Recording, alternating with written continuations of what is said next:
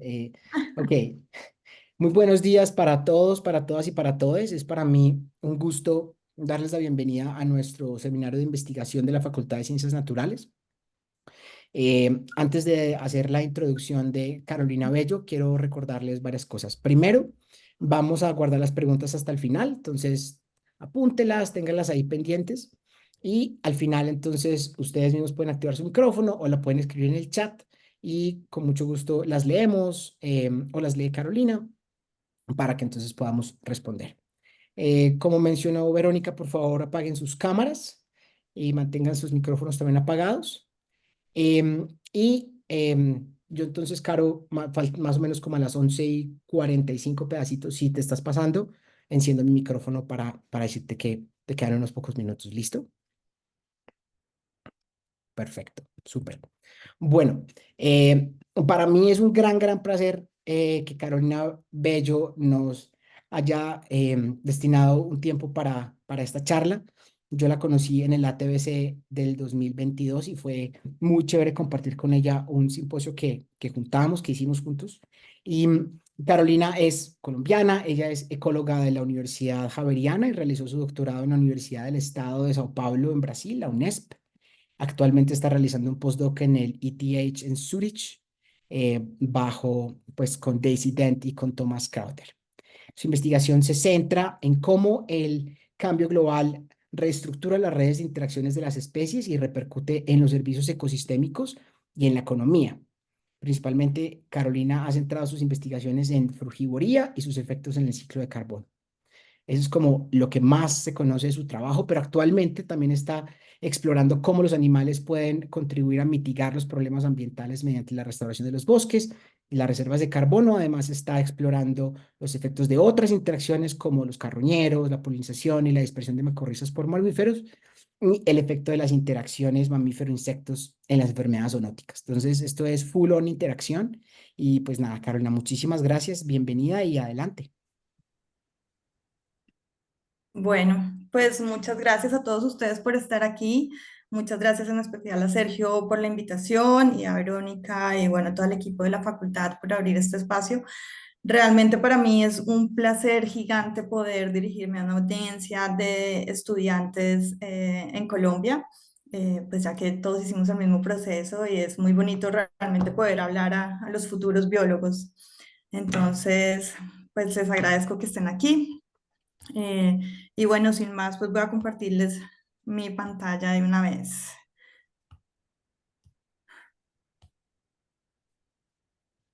Sergio, ¿me puedes confirmar que estás viendo bien? Perfecto, sí, sí, se ve Listo. perfecta. Bueno. Bueno, como les comentaba Sergio, mi investigación se ha centrado un poco hacia cómo las interacciones afectan los servicios ecosistémicos y hoy me gustaría hablarles acerca del rol de los animales en el stock de carbono en los bosques tropicales. Esto ha sido pues la mayoría de mi proceso de investigación, aunque pues en Colombia también hice otro tipo de cosas en el Instituto Humboldt, pero bueno, a partir de mi doctorado comencé a centrarme en el efecto de las interacciones y pues por eso les traigo aquí como un recorrido de todo esto. Eh, lo primero que me gustaría que hiciéramos es que nos centráramos y nos imagináramos en un bosque tropical. Esta de aquí es una imagen de la selva amazónica cerca a Manaus. Y esto es más o menos lo que tenemos todos de una idea de un bosque tupido, un bosque natural, donde tiene una muy buena cobertura vegetal. Y si nos centramos dentro del bosque y nos imaginamos adentro, pues un poco esto es lo que veríamos y lo que, cómo nos sentiríamos dentro de aquel bosque.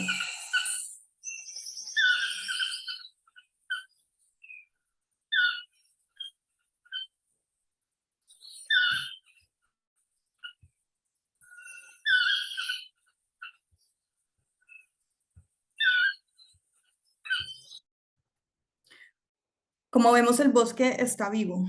Así no lo veamos, podemos escucharlo y saber que más allá de árboles está lleno de una cantidad de organismos que se están comunicando y que hacen este sonido tan maravilloso. Sin embargo, lo que está pasando en nuestros bosques es que poco a poco estamos perdiendo esta diversidad de animales y estamos resultando con bosques que si bien parecen en su cobertura que todavía son un bosque natural, pues cuando nos adentramos suenan un poco así.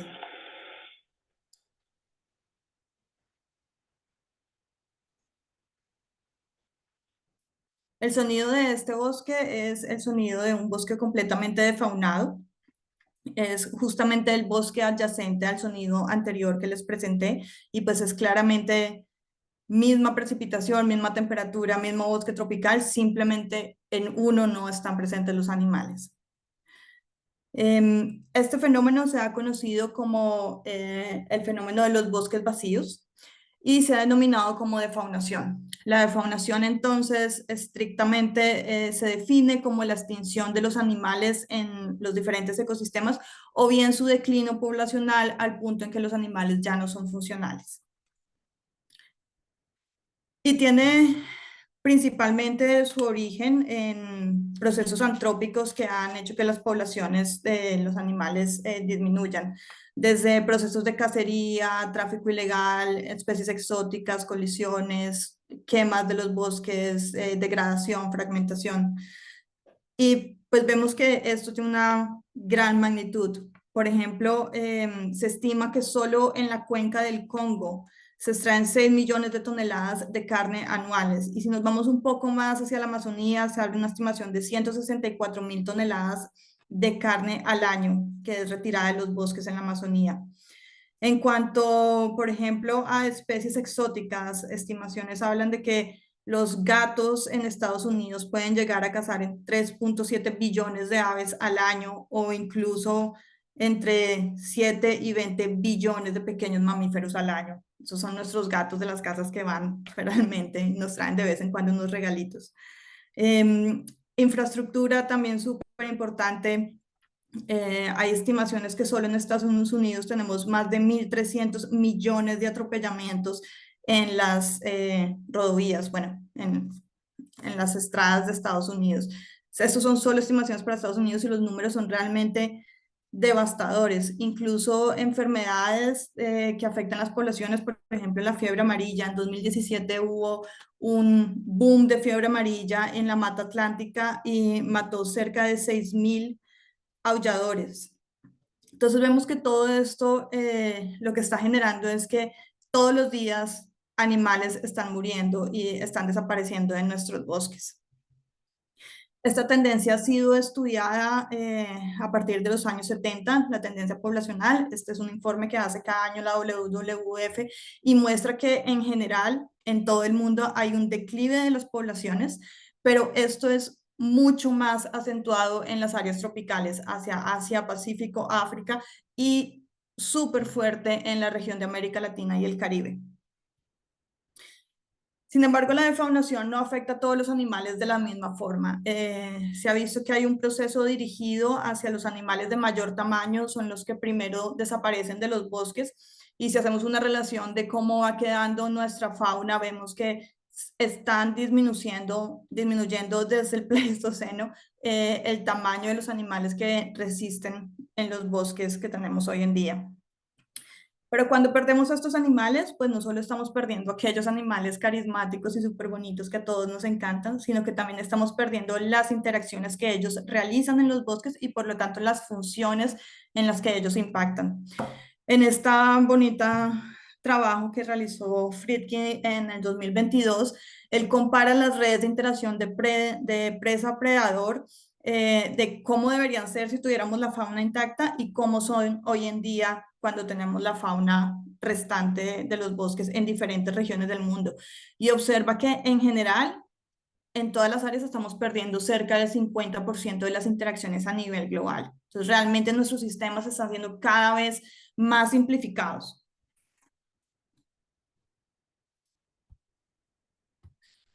Pero cuando perdemos estas interacciones, lo que pasa es que entonces generamos efectos en cascada, lo que se conoce efectos en cascada sobre otras especies, ¿cierto? Este es un ejemplo aquí de frugivoría y ya nos vamos centrando un poco en la interacción en que yo más trabajo, que es la frugivoría de las aves que dispersan diferentes semillas. Entonces tenemos un ejemplo de una red de frugívoros y vemos que van a desaparecer a medida de su tamaño. Ups.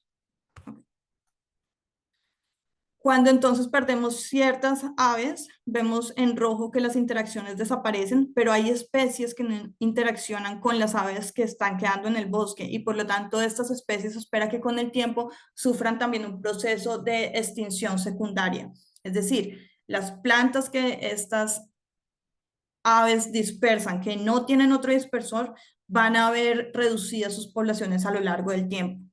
Y esto genera también huellas funcionales. Entonces, por ejemplo, vemos que la dispersión de semillas a larga distancia comienza a reducirse en las áreas fragmentadas y se observan también cambios fenotípicos y genotípicos en las poblaciones. En estos trabajos realizados por Mauro Galetti y Carolina Carvalho en la Mata Atlántica con Euterpe eudulis, que es una palmera algo así como el azaí, que es una palmera que soporta una gran cantidad de animales porque produce mucho fruto y es una llamada como Keystone Species, que soporta gran cantidad de animales y que es muy típica en estas áreas, se logró analizar cómo cambia, por ejemplo, el tamaño de la semilla en áreas defaunadas y no defaunadas, y se observa que la defaunación genera tanto impacto que se observan cambios fenotípicos y genotípicos. Los individuos de áreas defaunadas tienen semillas más pequeñas porque estas son las únicas que se pueden dispersar y además son 1.5 veces genéticamente más similares.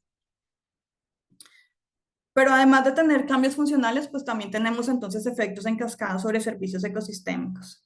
En esta revisión que hizo DIRSO, muestra que cuando retiramos los animales de los bosques tenemos cambios, por ejemplo, en la cantidad de carroña que es removida de los ecosistemas, el trampling, la calidad del agua, la polinización, mayor erosión en los suelos, entre otros.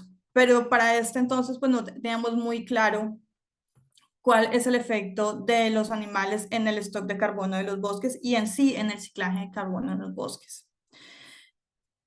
¿Y por qué esto es importante? Bueno, porque como sabemos, nosotros estamos afrontando un cambio climático hoy en día donde las temperaturas del planeta están creciendo y eso está fuertemente relacionado con en la cantidad de emisiones de CO2 que están siendo emitidas a la atmósfera. O sea, es innegable que hay una correlación entre estas dos tendencias. Y que estamos afrontando un cambio climático. Cada vez estamos afrontando temperaturas y eventos más extremos. Y cuando pensamos en la relación entre cambio climático y animales, entonces pensamos más o menos una causalidad que el cambio climático exacerba la pérdida de biodiversidad y que impacta a las poblaciones de animales, ¿cierto? Esto es siempre como la primera lógica que tenemos. Y pues esta foto es evidente por sí sola que los procesos de desertificación y de sequía que se ven acentuados con el cambio climático, pues están afectando a las poblaciones de jirafas que no están encontrando agua para sobrevivir. De hecho, ciertas proyecciones muestran una pérdida acentuada de biodiversidad, especialmente en las áreas tropicales, si aumentamos la temperatura de 1, 2 o 3 grados, la temperatura media del mundo.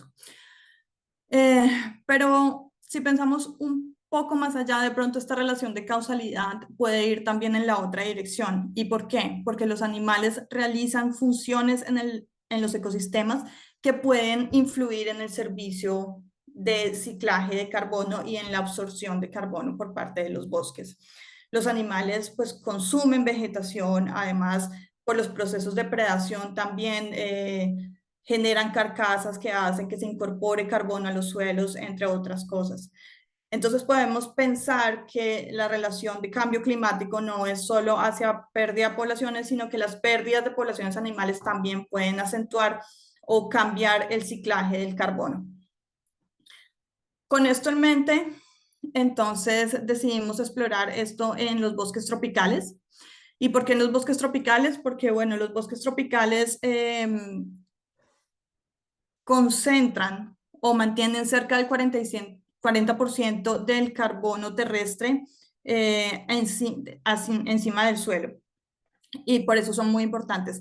Además, los animales son muy importantes para la dispersión de las plantas en este tipo de bosques. Entonces, pues comenzamos a estudiar esto en la Mata Atlántica. Para los que no conocen la Mata Atlántica, esta es un bosque tropical y subtropical que se extiende a lo largo de la costa de Brasil y puede llegar hasta, se adentra hasta Argentina.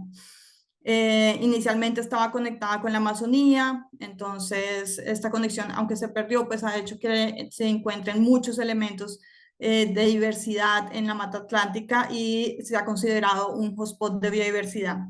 Desafortunadamente, pues sobre este ecosistema se ha dado el mayor proceso de desarrollo de las poblaciones de Brasil, todo su desarrollo económico, y pues esto hace que en estas áreas tan solo reste un porcentaje del 12% de la cobertura vegetal inicial de la mata atlántica. Aquí lo podemos ver en rojo, es todo lo que se ha perdido, y vemos que hay unas pocas manchas de verde que se mantienen a lo largo de la mata atlántica.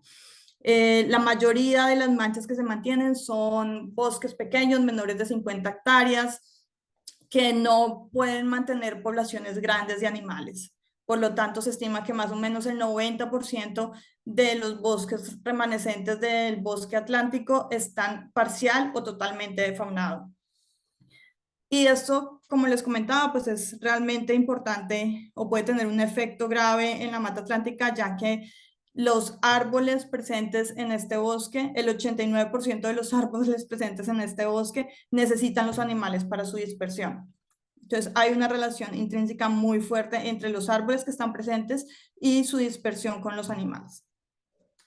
Bueno, para explorar cómo es esta relación, entonces lo primero que hicimos fue construir un banco de datos de interacciones de frugivoría y dispersión de semillas. Este banco de datos reunimos más de 8.000 interacciones de la mata atlántica, donde hay involucrados 300 especies de vertebrados que dispersan en torno de 700 plantas. Alimentamos este banco de datos con características funcionales relacionadas a la capacidad de absorción de carbono por parte de las plantas, como la densidad de la madera, la altura máxima que pueden alcanzar los árboles y lo mismo el grosor máximo que pueden alcanzar los árboles. Y también juntamos características funcionales relacionadas con la dispersión, en especial la dispersión de las semillas, entonces el tamaño de la semilla, el tamaño de los frutos, la masa, entre estos. Lo que encontramos fue que diferentes grupos de animales dispersan diferentes tipos de semillas, ¿cierto? Y especialmente que las semillas grandes, que definimos como un umbral de 12 milímetros, son principalmente dispersadas pues, por grandes mamíferos como el tapir, grandes aves y algunos primates y los roedores como los agutis o las vacas. Mientras que los animales que son menos susceptibles a la defaunación, como los murciélagos y las aves pequeñas, pues no dispersan realmente muchas semillas grandes. Además, analizamos el tamaño, si existe una relación entre el tipo de semilla dispersada y la capacidad de absorción del carbono. Encontramos que las semillas de mayor tamaño normalmente corresponden a árboles que tienen mayor capacidad de absorción de carbono. ¿Por qué? Porque normalmente estos árboles tienden a tener una densidad de la madera mayor por su proceso lento de crecimiento y tienden a alcanzar mayores alturas. Entonces, si mi madera es más densa y tengo una mayor altura, pues tengo una mayor capacidad de absorber carbono. Para ver cuál sería el efecto de esta relación en los bosques tropicales, entonces realizamos una serie de simulaciones para evaluar si el potencial de almacenamiento de carbono en los árboles disminuye cuando retiramos este tipo de árboles que se va a ver impactado por la pérdida de grandes frugívoros. Entonces comenzamos con un bosque completo conservado, de los cuales removemos los animales y con ello removeríamos aleatoriamente las especies que están afectadas pues que se verían, su proceso de reclutamiento y dispersión se vería afectado y lo reemplazamos por especies que normalmente seguirían reclutando, ya que son dispersadas por animales más pequeños. Algunas reglas que le pusimos a las simulaciones es que estamos trabajando bajo comunidades saturadas. Esto quiere decir que el número de individuos y el área basal del bosque se mantiene constante, así que esto no nos va a afectar en nuestra simulación. No permitimos que haya ninguna nueva migración de otras especies que vengan de afuera, sino es lo que está realmente en el pool de especies. y la probabilidad de extinción está relacionada con el tamaño de la semilla y la probabilidad de reclutamiento está relacionada con la abundancia de las especies remanescentes en el bosque.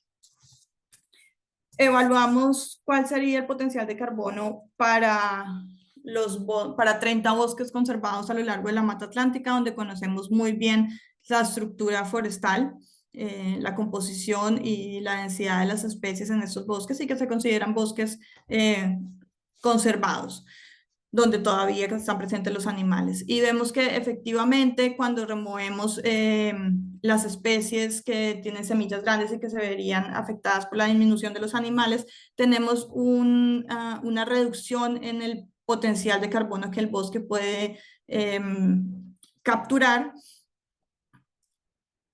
en relación con una remoción aleatoria. Si se hace un proceso de reclutamiento aleatorio, pues no sabemos que haya un cambio en el potencial de carbono del bosque, mientras que si hacemos una remoción de las especies afectadas por la defaunación, vemos una disminución en el potencial de carbono eh, que puede tener el bosque. Esto fue, como les conté, uno de los primeros resultados de mi investigación, y luego fue corroborado para diferentes bosques tropicales, y la magnitud del efecto depende de la cantidad de especies zoocóricas que estén presentes en cada uno de estos bosques. Sin embargo, se observa que en los bosques tropicales hay una tendencia a disminuir la capacidad de almacenamiento de carbono cuando existen los procesos de defaunación. En general, entonces podemos decir que la defaunación de los grandes frugívoros afecta el potencial de carbono que puede tener el bosque encima del suelo, es decir, el carbono que se almacena en el tejido de los árboles. Sin embargo, tenemos que reconocer que el carbono no solo se almacena encima de los árboles, sino que también se almacena una buena cantidad de carbono en el suelo, ¿cierto? Y con eso estuvimos pensando, bueno, ¿será que los animales, aparte de tener un efecto en el carbono encima del suelo, también inducen un efecto en el carbono abajo del suelo? Entonces, con esto decidimos preguntarnos cómo podrían los animales afectar el carbono que se acumula debajo del suelo. Cuando pensamos cómo llega el carbono bajo el suelo, pues lo primero que pensamos es que la vegetación que está encima pierde sus hojas, pierde follaje, y esta biomasa cae en el suelo, y por un proceso de ciclaje de nutrientes, de los detritívoros, este carbono y esta materia orgánica y todos los nutrientes se incorporan al suelo.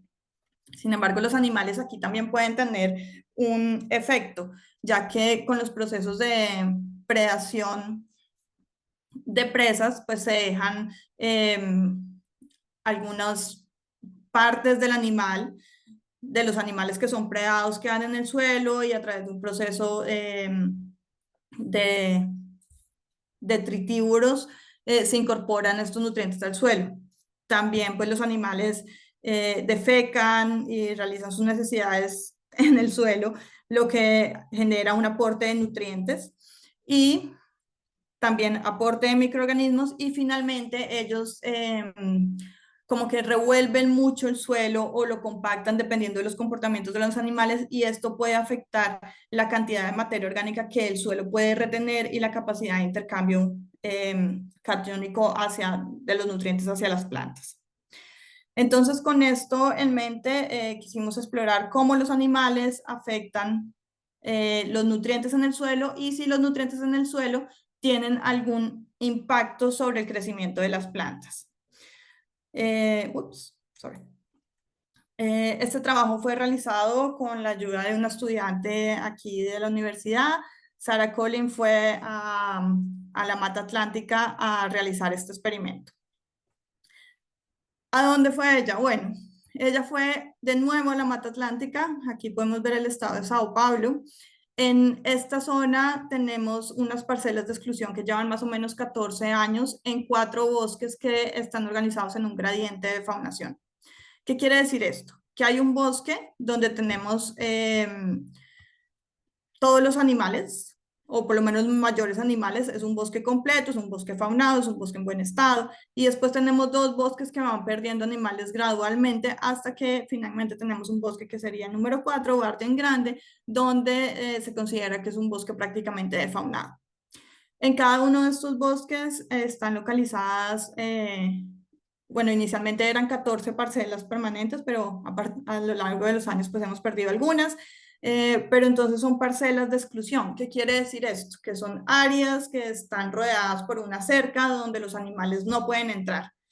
Entonces, aquí en esta foto podemos ver un poco cómo sería una parcela de exclusión. Vemos que aquí está cercado y que la vegetación adentro comienza a cambiar un poco en referente a la de afuera. Tenemos por cada parcela de exclusión, adyacente a ella tenemos una parcela donde los animales pueden transitar. Entonces podemos hacer comparaciones directas en el campo. Esto es un poco de la fauna de lo que encontramos en estas zonas. Y como les comentaba, este experimento lleva 14 años en lugar. ¿Qué se hizo? Entonces, colectamos muestras de suelo en diferentes partes de las parcelas de exclusión, las mezclamos y parte de estas mezclas las mandamos, le hicimos análisis de laboratorio donde miramos la cantidad de carbono orgánico que hay, la cantidad de otros nutrientes como nitrógeno, fósforo, potasio y la capacidad de intercambio catónico. Con el restante suelo, lo que hicimos entonces fue un experimento dentro de una caja de invernadero donde plantamos plantas de cecropia. Esto es el yarumo. ¿Por qué decidimos trabajar con el yarumo? Porque es una planta típica de la mata atlántica, también típica de los bosques tropicales, como todos ustedes creo que alguna vez han visto un yarumo, y es una planta de sucesión rápida, es decir, que crece rápido y nos permitía en poco tiempo tener una estimación de cómo cambiaba el crecimiento de las plantas dependiendo del el suelo en el que fueran plantados.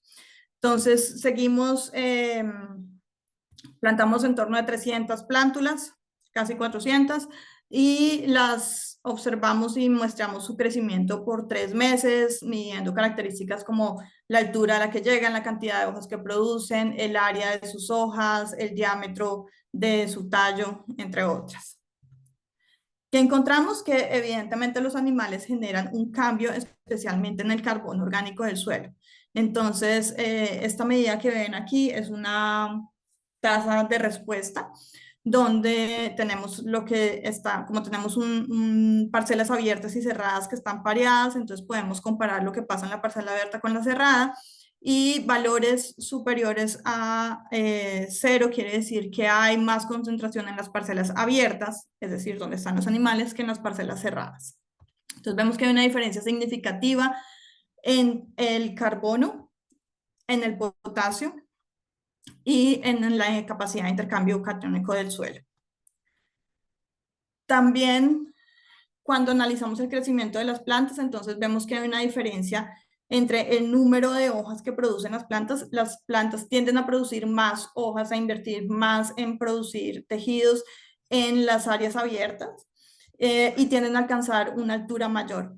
Y cuando relacionamos pues estas dos tasas de crecimiento, vemos que en áreas donde la diferencia de carbono es mayor, pues también hay una diferencia mayor entre el crecimiento de las plantas. Es decir, especialmente también relacionado con la capacidad de intercambio catónico.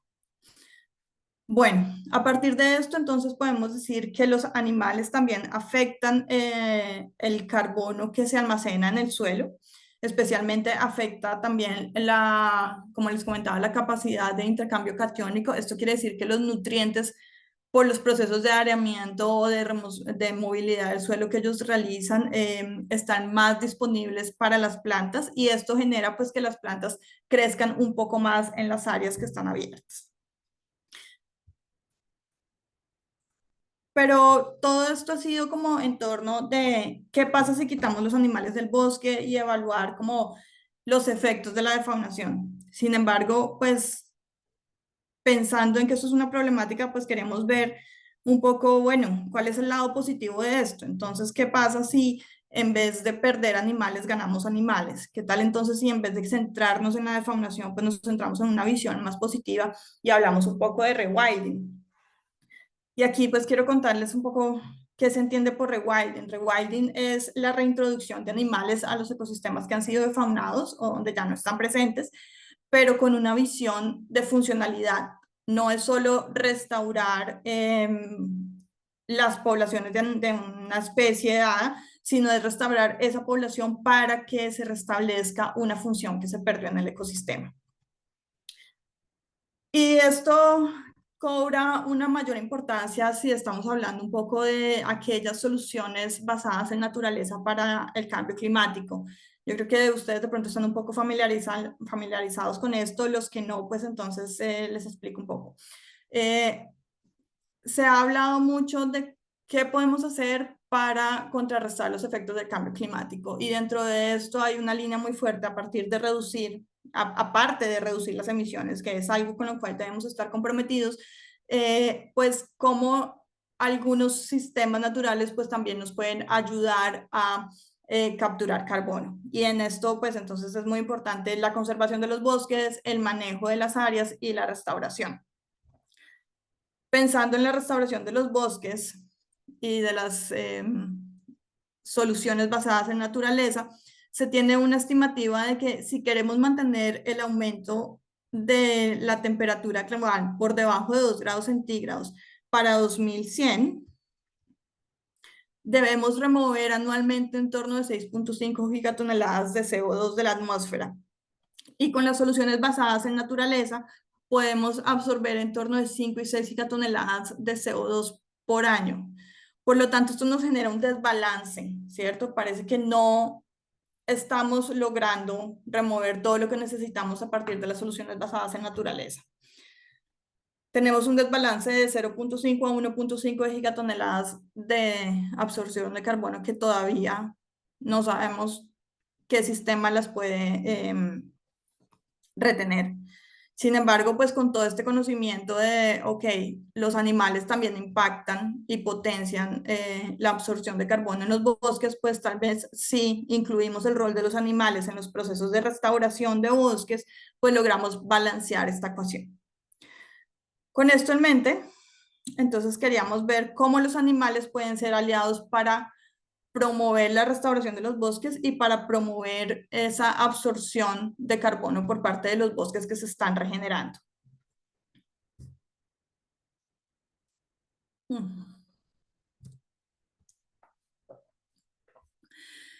Como les había comentado, esto es de mayor importancia en los trópicos porque pues, los trópicos almacenan una buena cantidad de carbono en suelo, acima del suelo, y porque hay una relación estrecha en los trópicos y los animales con los procesos de dispersión.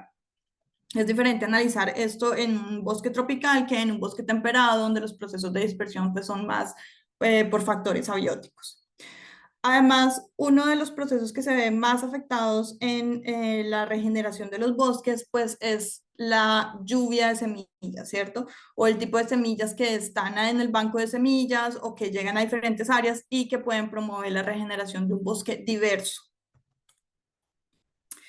Cuando pensamos en los procesos de restauración, pues otra cosa que tenemos que tener en cuenta es que nosotros estamos restaurando áreas que están incluidas o que hacen parte de ecosistemas fragmentados, ¿no? Claramente no vamos a restaurar un bosque que está conservado, entonces siempre vamos a áreas donde ya no hay bosque y que hay todo un proceso de fragmentación, el paisaje en torno tiene todo un proceso de fragmentación. Y entonces en estas áreas, pues hablar del movimiento de los animales o de las contribuciones de los animales, pues tiene una restricción porque al ser fragmentadas los animales no se pueden mover libremente a través de ellas y no pueden traer las semillas. Entonces, de nuevo, decidimos trabajar en la Mata Atlántica también, pues porque es un sitio que conocemos muy bien y donde hay mucha actividad hacia la restauración. Como les comentaba, la Mata Atlántica está fuertemente fragmentada, pero de unos años para acá se ha generado lo que se llama el Pacto de Restauración por la Mata Atlántica, que busca restaurar 15 millones de hectáreas para el 2050. Esto quiere decir que del 12% que hay de bosque se busca que para el 2050 tengamos un 30% de cobertura vegetal. Esto es un pacto a nivel nacional bastante grande que incluye más de 270 actores entre la academia, organizaciones no gubernamentales, el Estado y una gran cantidad de actores privados que son los dueños de la tierra y que están trabajando y que dedican parte de su tierra para generar procesos de restauración. Se estima que si logramos restaurar esta cantidad de 15 millones de hectáreas, la mata atlántica va a tener un potencial de captura de carbono de 2.3 gigatoneladas al año. Sin embargo, los procesos de restauración pues son complejos, muchas veces no son exitosos y es difícil determinar como cuál es la mejor estrategia de manejo. Y aquí me quiero detener un poco porque es que vamos a diferenciar entre qué es la restauración activa y qué es la restauración pasiva, que son como los dos extremos de la restauración, aunque pues esto es un gradiente y pues hay muchas intervenciones en el medio de este gradiente. La restauración activa se refiere a, por lo general, plantar árboles, ¿no? La restauración pasiva se refiere cuando cerramos un área y dejamos que la naturaleza se regenere por sí sola, ¿cierto? La diferencia entre estas dos es, bueno, muchas de las diferencias, hay muchas diferencias entre lo que producen estas dos restauraciones, pero hay cosas claves. Por ejemplo, la restauración activa es mucho más costosa porque es que hay que comprar los árboles y hay que ir y pagar la labor de ir a sembrarlos y pues esto tiene un valor grande. La restauración pasiva es un poco o bueno, mucho más económica, porque simplemente cerrar el área y dejar que la naturaleza se encargue de esto, pero en muchas áreas no es eficiente, ¿cierto? Entonces intentamos hacer restauración pasiva, que es más económica, costo-beneficio. Cuando funciona, produce bosques muchos más diversos y que pueden tener más carbono, pero en muchas áreas no es eficiente. Entonces, tenemos que ver por qué no es eficiente y bajo qué condiciones los animales realmente pueden contribuir a esta restauración pasiva o no. Como les comentaba, seguimos trabajando en la mata atlántica, ya que este gradiente de fragmentación nos genera un sitio ideal para analizar este tipo de preguntas.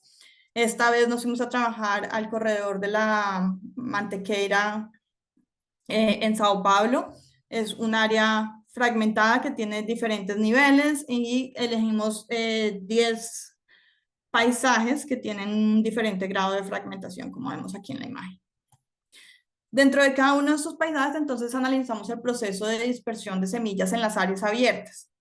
Y este proceso en general está compuesto por diferentes etapas. Entonces, la primera etapa, pues, es que el proceso de dispersión de las semillas depende de qué árboles están en la zona, ¿no? Porque no puede llegar a algo que esté por fuera. Entonces, partimos de la composición de plantas y animales en cada uno de estos fragmentos y después exploramos las interacciones de frugivoría que se dan en estos remanescentes de bosques, donde identificamos qué frugívoro puede consumir cada una de las plantas.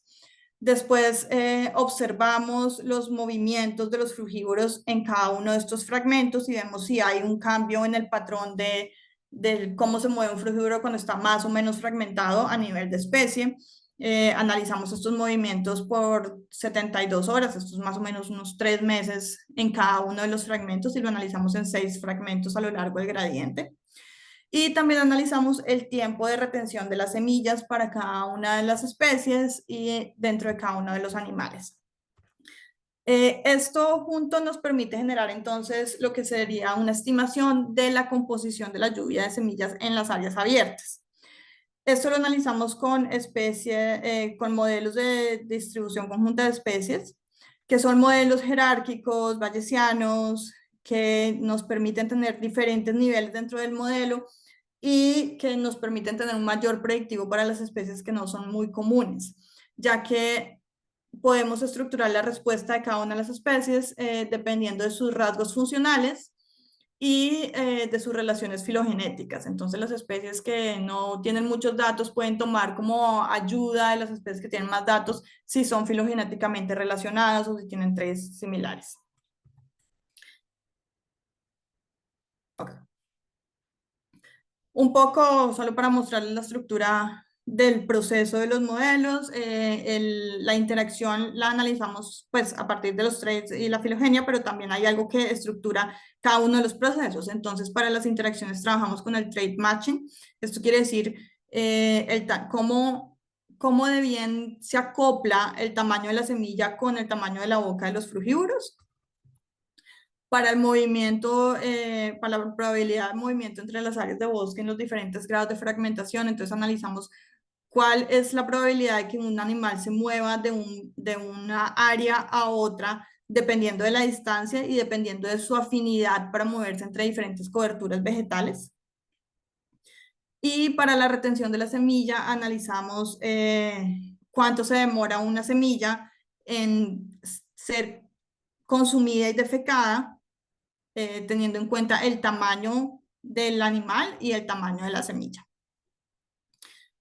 A partir de los parámetros generados por estos modelos, entonces hicimos de nuevo un proceso de simulación para poder predecir la composición de la lluvia de semillas en diferentes áreas abiertas dentro de este gradiente de fragmentación. Más o menos el proceso de simulación consiste en que seleccionamos un área de bosque dentro del paisaje, de ahí seleccionamos una especie de ave de acuerdo a su abundancia y miramos cuál es cuál es la probabilidad de que de que interactúe con las plantas que están presentes en esta área, o sea, que consuma una semilla y comenzamos a simular el movimiento del ave dependiendo de su afinidad para salir del bosque, para recorrer largas distancias y para cambiar de coberturas vegetales. Finalmente, teniendo en cuenta el tiempo en que esa semilla se va a demorar en pasar el tracto digestivo del animal y ser defecada, podemos identificar el lugar o el píxel donde va a ser depositada. Para cada uno de los fragmentos simulamos 100 individuos e hicimos 10 repeticiones. Esto es más o menos cómo se ve la lluvia de semillas. Por ejemplo, esta es la lluvia de semillas producida por cada uno de estos animales y después pues juntamos todo. ¿Qué encontramos? Encontramos que la lluvia de semillas y el potencial de carbono tiene como un umbral a partir de 40%, si el paisaje circundante todavía contiene un 40% de cobertura vegetal, los animales pueden contribuir a aumentar esa lluvia de semilla y aumentar el potencial de carbono. Y si lo comparamos con áreas donde no están, los animales no pueden contribuir porque su movimiento se encuentra restringido, vemos que hay una diferencia del carbono como en un 38%, es decir, que las áreas donde los animales pueden contribuir pueden almacenar 38% más carbono que las áreas donde los animales no pueden contribuir. También observamos que esto es diferencial del tipo de animales que estén presentes. Entonces, en general, observamos que las pequeñas aves son las que más contribuyen a esta lluvia de semillas. Sin embargo, ellas están contribuyendo a dispersar semillas de árboles que tienen bajo potencial de almacenamiento de carbono. Por lo tanto, las grandes aves, que son las que nos ayudan a tener un bosque diverso con alto potencial de carbono, solo realizan esta función en áreas pues que no están tan fragmentadas.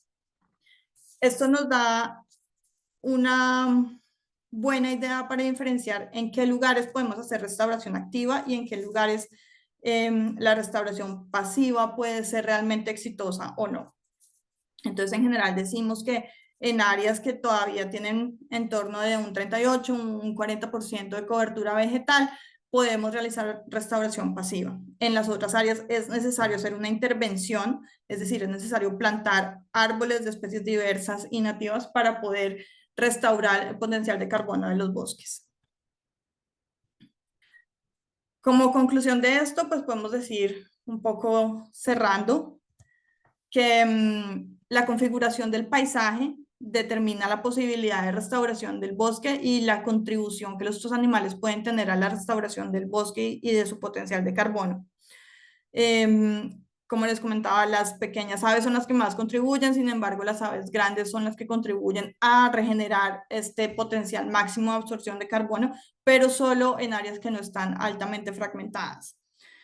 Y que esta contribución puede generar bosques, que si tenemos en cuenta la contribución de los animales a la restauración de los bosques, podemos aumentar el potencial de carbono en un 38%.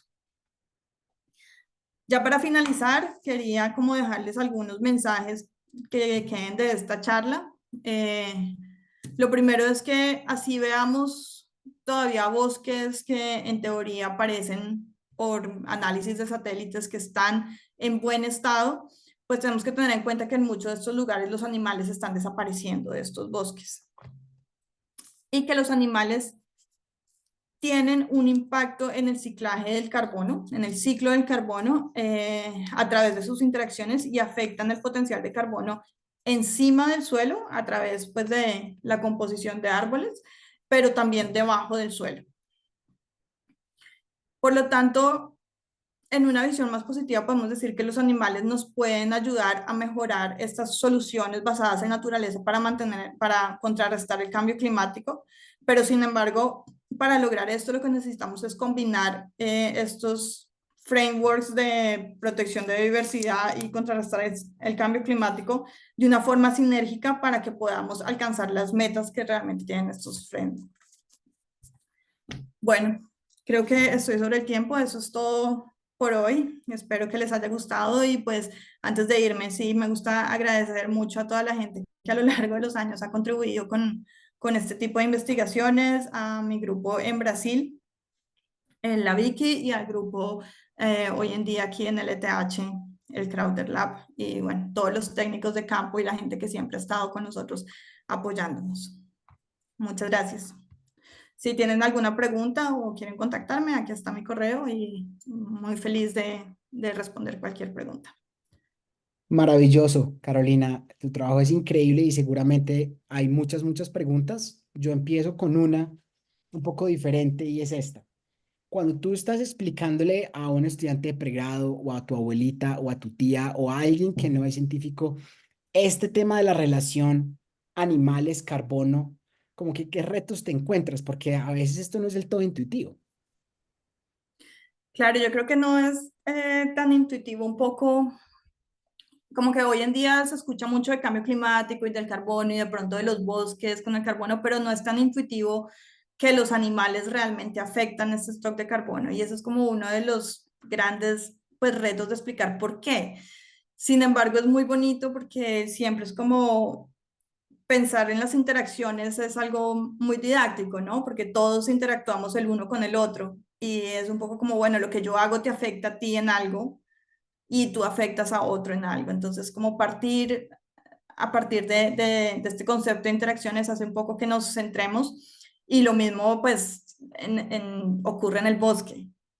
Creo que es clave poder tener ejemplos didácticos que nos toquen un poco hacia la cotidianidad de lo que experimentamos cada día.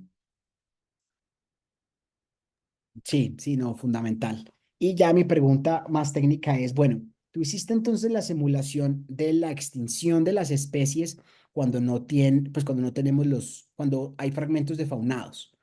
Yo quería saber si existen datos de campo, no simulaciones en donde digan realmente estamos perdiendo una, dos o cinco especies por década en fragmentos de faunados. ¿En relación al carbono o solo la pérdida de animales? No, claro, entonces, yo tengo bosques que no tienen animales.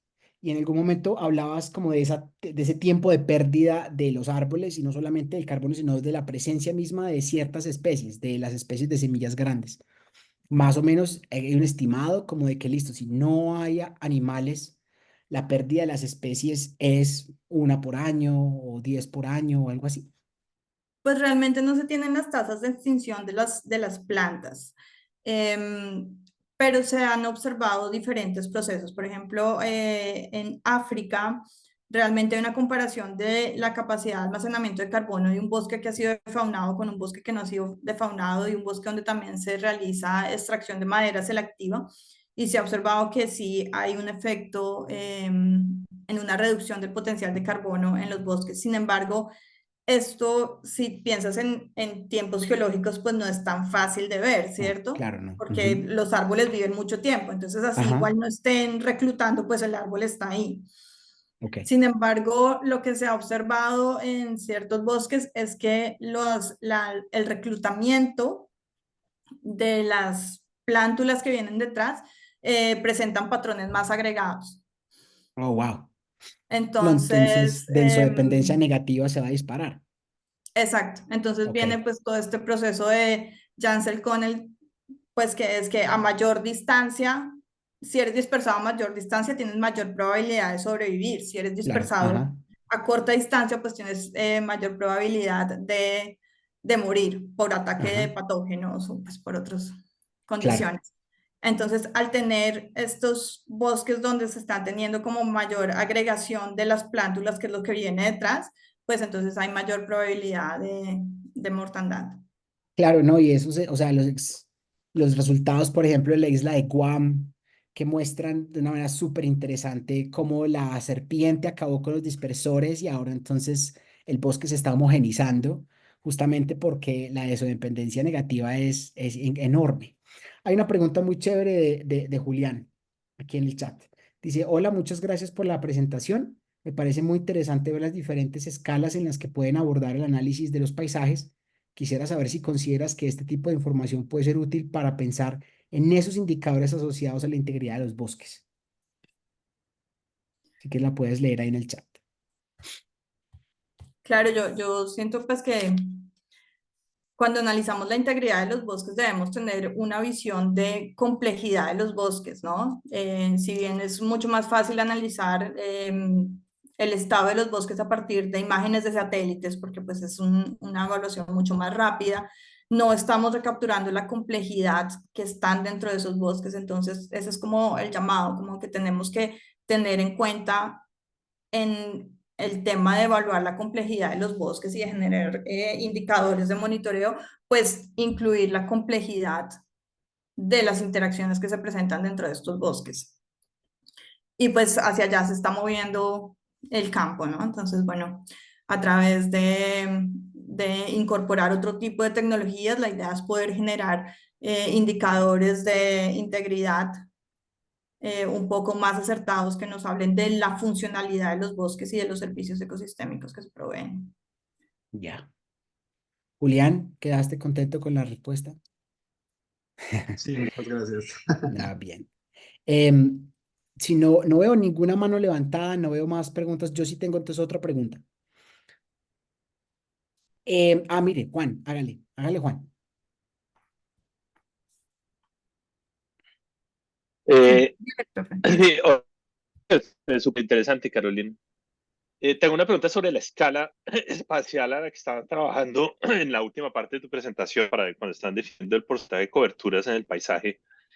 ¿Esas escalas son arbitrarias? Porque según como que tanto zoom yo haga sobre el paisaje, voy a tener un tipo de cobertura distinto que si yo me alejo y yo lo veo, digamos, desde más lejos, un paisaje de varios kilómetros cuadrados versus uno de algunos, de pronto cientos de metros. Eh, entonces, la respuesta puede depender un poco de esa escala y yo quisiera saber ustedes por qué escogieron la escala que escogieron y si de pronto ustedes piensan que hay una escala de todas maneras óptima para entender para definir cuándo es mejor restauración activa que restauración pasiva. No sé si me explico. Sí, te entendí. Bueno, lo que pasa es que esto es un proceso muy puntual, ¿cierto? Entonces, si bien hablamos de que hay algunos animales que se pueden dispersar grandes distancias, esto es un proceso que ocurre, pues, no en tan grandes distancias, ¿cierto? Es el movimiento diario de los animales entre un bosque u otro. Por eso se produce a escalas locales. Y también fue un poco por cuestiones de poder monitorear el movimiento de los animales en escalas locales sin tener que usar dispositivos de súper alta tecnología que nos permiten identificar como movimientos muy precisos. Como esto es observación visual, entonces, bueno, si monitoreamos el movimiento de los animales a escalas puntuales, el paisaje tiene 2 kilómetros cuadrados Ok, y en esta área decidimos modelar la lluvia de semillas. Y por eso hablamos de el paisaje realmente que está en torno del área. Y de hecho encontramos que los animales tienen una restricción de movimiento a partir de los 100 metros de distancia de un bosque al otro. Entonces vemos que en escalas pequeñas pues ya se produce este efecto, ¿cierto? Ellos no, realmente no son de salir mucho del bosque y de viajar largas distancias en áreas abiertas. Entonces, por eso decidimos trabajar en escalas más pequeñas. Así tengamos en una O área sea, mucho más grande una fuente de cobertura vegetal, pues si está muy aislada, igual no va a llegar hasta el área.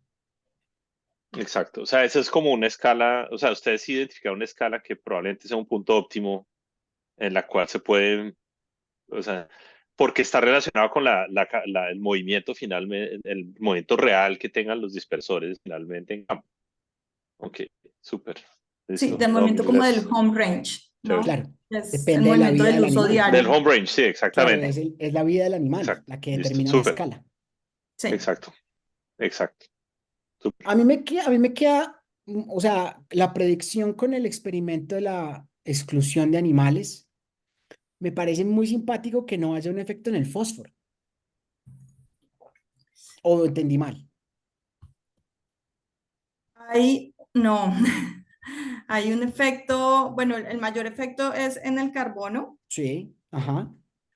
pero también tenemos efecto en el potasio, en el nitrógeno que está asociado, pero el fósforo no. Y el fósforo no, porque es que el fósforo, la composición del fósforo depende más como de la roca madre que Ah, está ok, presente en esas áreas. ok, ya. Entonces, como igual eso no va a mudar de una parcela de exclusión a la otra. Sin embargo, otros nutrientes como, bueno, carbono y nitrógeno sí mudan porque pues ahí viene aporte directo por parte de los excrementos. No, y en la estequiometría de la relación carbono-nitrógeno-fósforo, el fósforo es tan escaso que realmente, pues no, creo que todas las plantas lo van a mantener bien alojado y no va a quedar tan disponible en el suelo, hayan o no animales. Pero claro, como el carbono y el nitrógeno sí están mucho más abundancia que el fósforo, entonces sí, ese experimento está tremendo. 14 años de exclusión. Sí, es súper bonito. Wow. Es un experimento que fundó pues mi profesor Mauro Galetti y ya lleva 14 años y justamente por esa longitud de tiempo es que ya se pueden ver los efectos en el suelo porque es un proceso que demora. Y en la estructura del bosque y en la composición del bosque ya se ve. Sí, se ha visto, a ver, hay más riqueza en, en las áreas cerradas porque hay un efecto muy grande del trampling, o sea, del pisoteo y del consumo.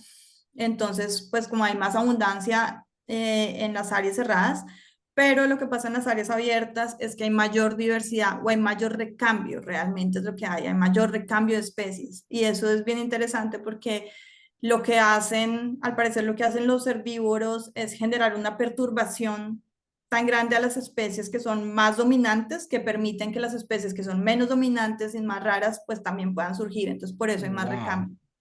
Qué nota. O sea, eso como la competencia básica, el disturbio cambia la relación de la competencia. Súper chévere. Qué nota. Sí, eso Bueno, es. más preguntas. No, creo que ya son las 12 del día. Entonces, pues No, creo que Carolina, estamos ya. muchísimas gracias.